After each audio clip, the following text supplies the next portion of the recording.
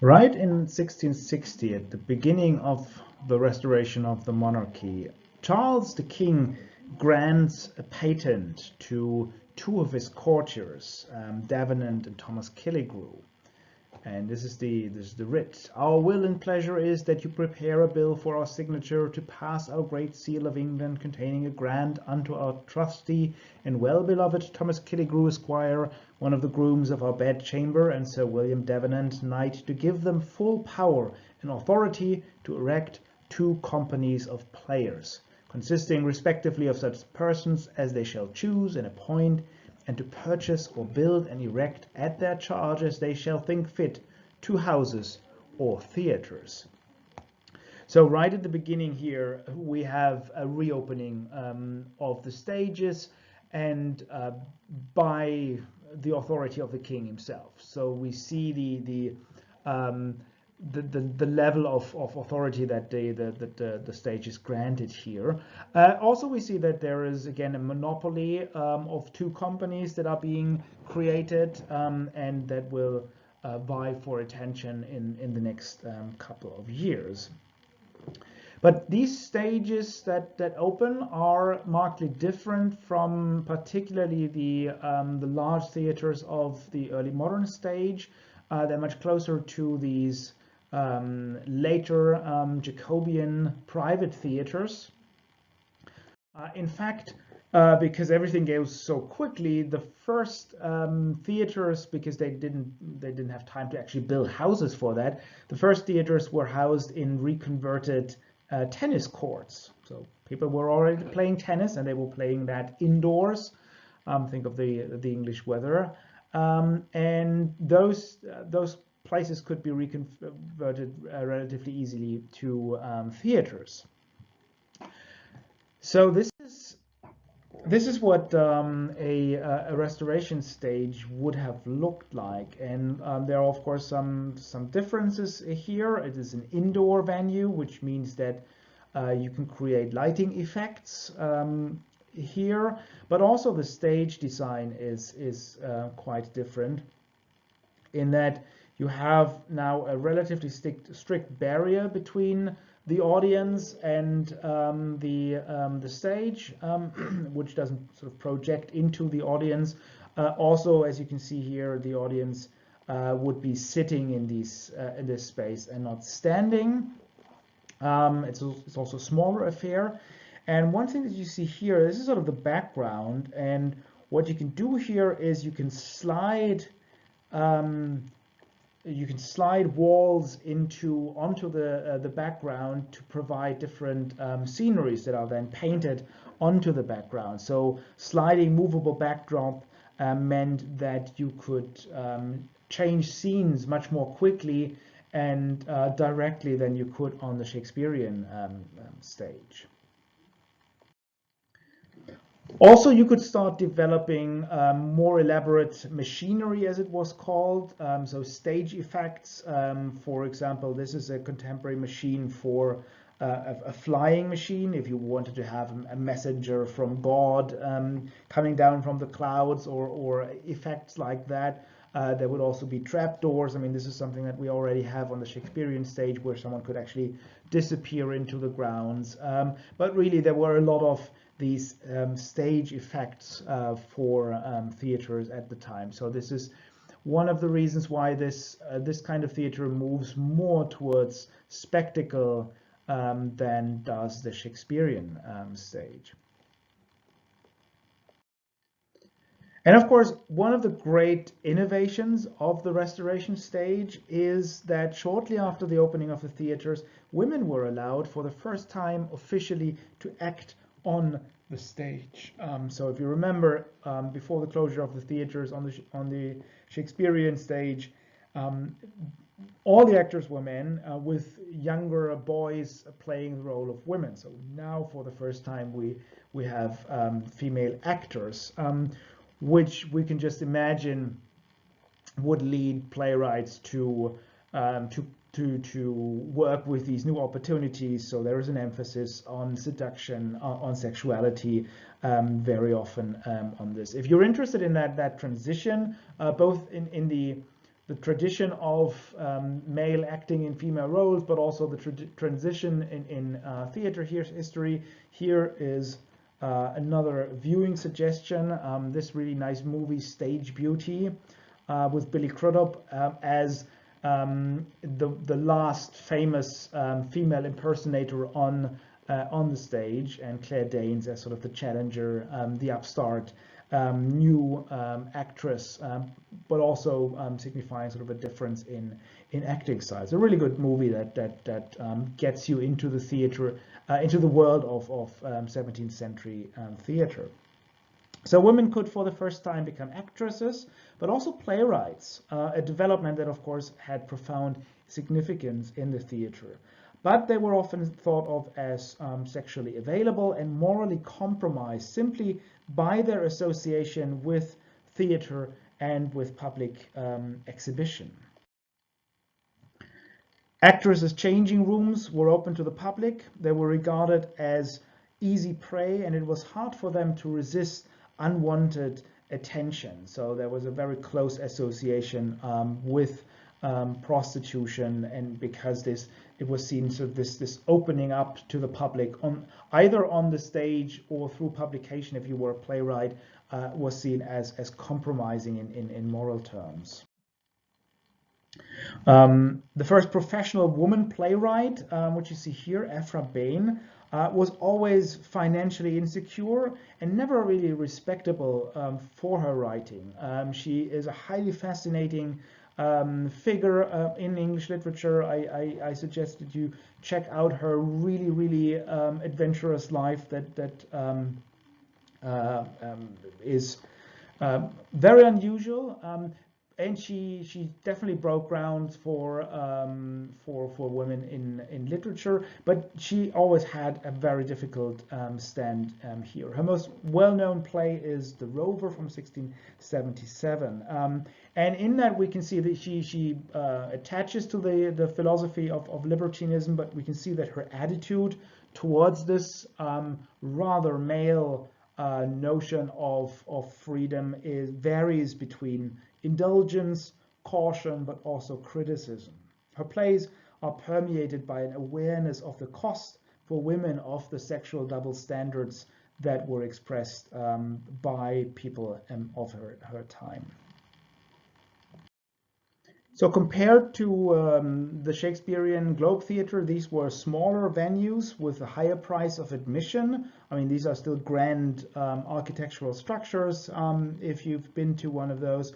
But it still meant that there was a less socially diversified audience and a concentration on courtly society, on upper class aristocratic society, which also means that what this audience wanted to see represented on stage were, of course, themselves, either in a satirical fashion, in the comedy, or they wanted to have their ideals, their courtly ideals, represented, as we will see happens in the heroic tragedy and heroic drama.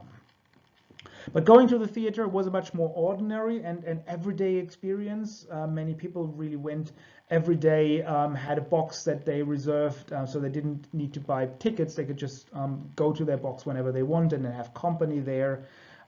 It was therefore less intimidating. It wasn't such a sort of a stuffy affair than as going to the theater would be now. And the audience wasn't respectfully silent during the performance. The candles, you can see here one of those sort of great chandeliers that provided lighting. These would remain lit during the performance, so it wasn't sort of all darkened. So you could still see the audience. You can still, and it was a very important aspect to see who is there, who is in whose company, and so on. So flirting was still possible. The sale of everything from oranges to sexual favors went on. You see this here in this Hogarth painting, these so-called orange girls who sold oranges, but also prostitutes would work the audience.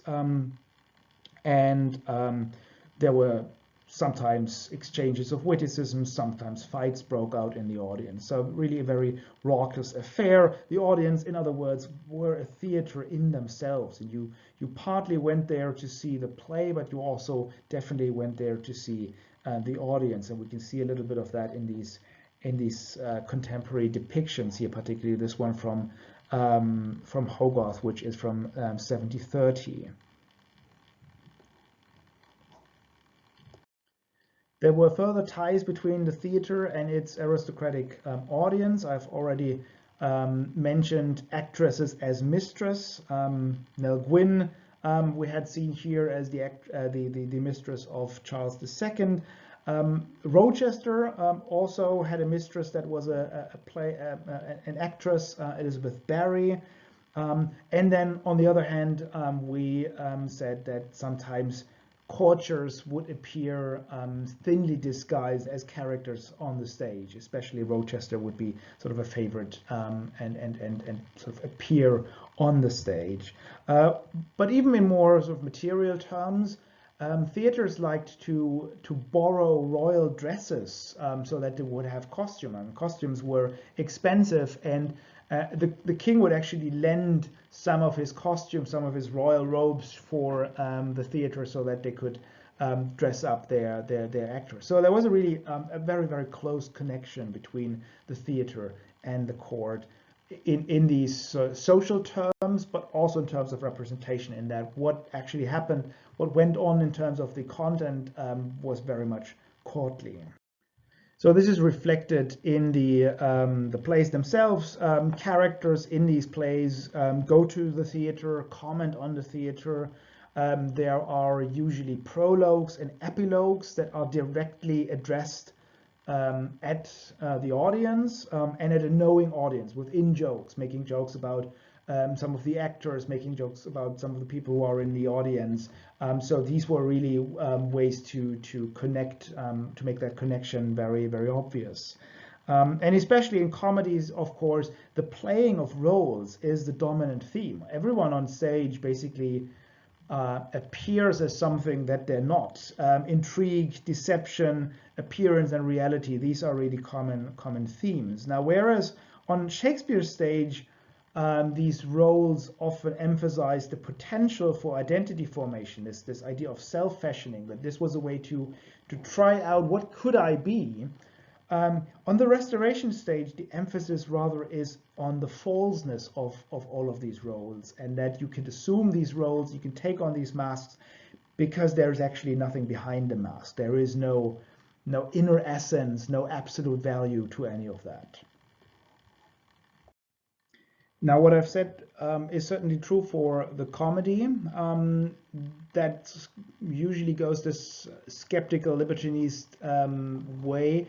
The drama, the high drama, actually went the other way around and developed these ideals to an extreme that are that seems slightly ridiculous maybe to us nowadays. So this was the high form of drama at the time that was called heroic drama, sometimes also heroic tragedy or heroic romance. A type of drama that was characterized by highly stylized dialogue, very poetic dialogue. People don't speak like they normally speak, but rather in an extremely high register. And larger than life heroes, idealized heroines. So these are the courtly ideals. This is when people want to see someone who expresses or embodies that kind of ideal that they hold.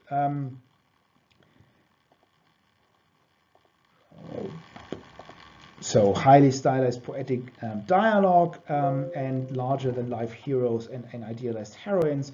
And the action is sensationalistic. There's a lot going on, and it usually plays out in exotic locales. And here, this is where the painted backdrops really come in, that you can create these exotic places and derive pleasure out of the spectacle of the exotic place in a way that the early modern stage could not. Just going to give you a short example of this sort of how these characters are really sort of a little bit over the top. So there is a scene in a play where Montezuma, the Aztec prince, is tortured together with his high priest for their gold. So there are the Christians who want to get at the gold, and they're torturing both of them. This is from the play The Indian Emperor from 1665 from Dryden. So this is the conquistador. Increase their pains, the cords are yet to slack.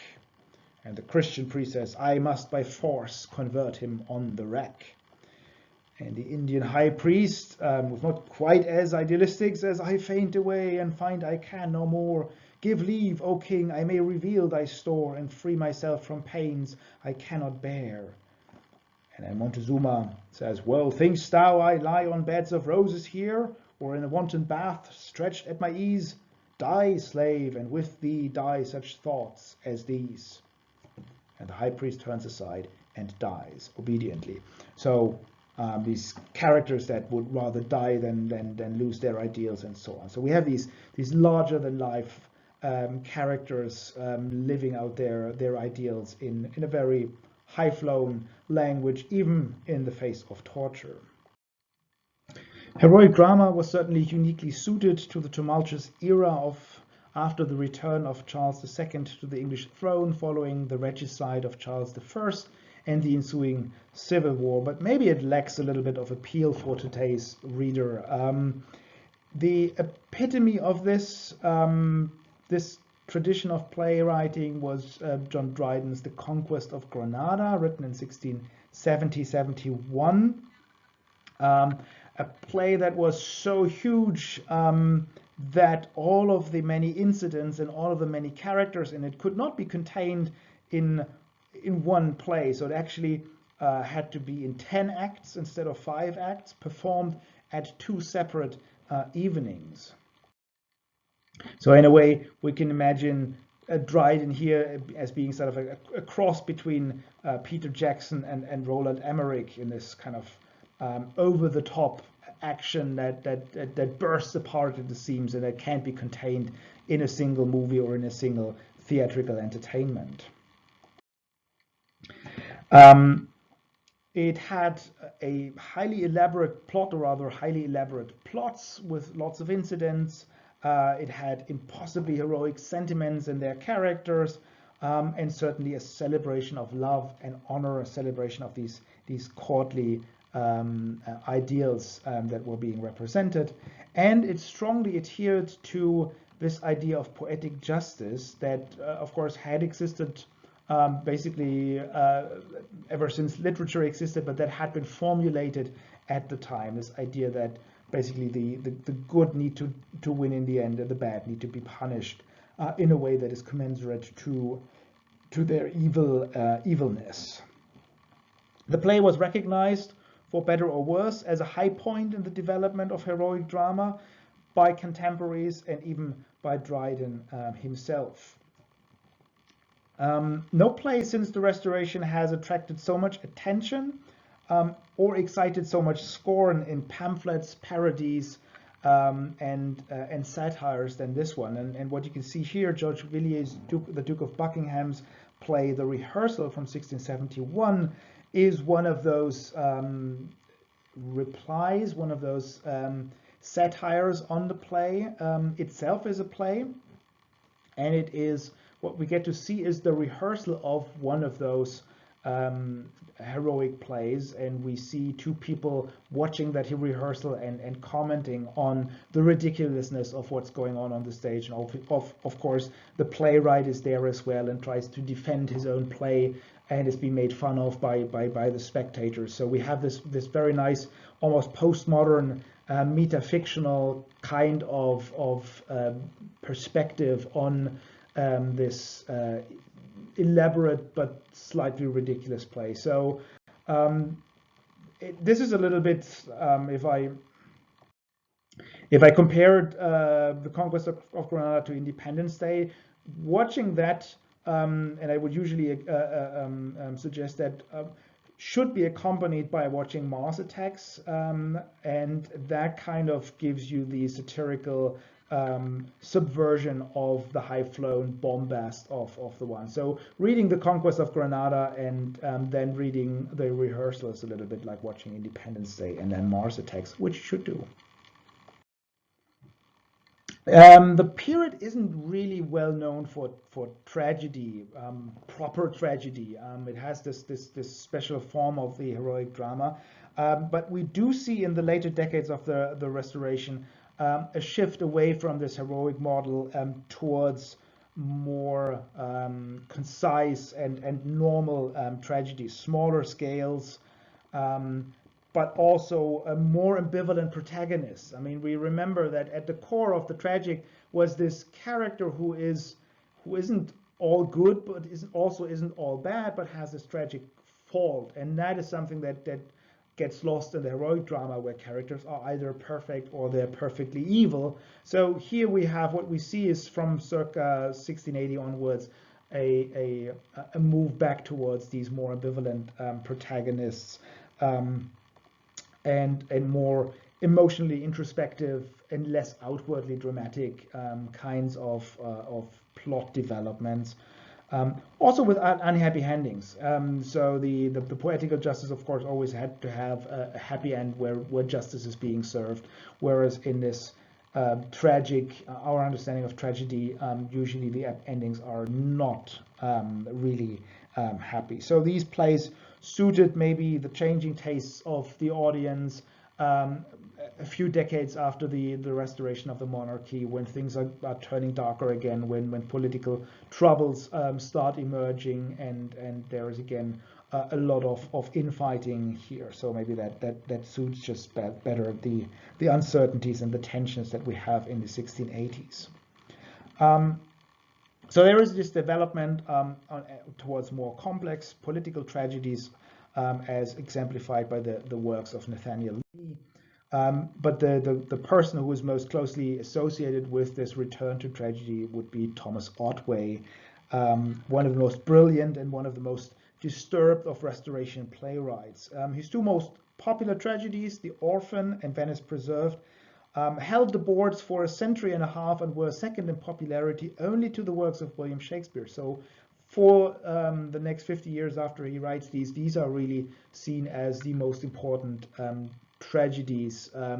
They have definitely fallen out of favor ever since, but they're definitely also worth a reread. They spawned other tragedies focusing primarily on women protagonists, and they influenced the development of what we would call a bourgeois drama in France and Germany. They're also forerunners of the sentimental drama that would then emerge in the 18th century through their convincing representations of human emotions in an age of heroic but rather artificial tragedies.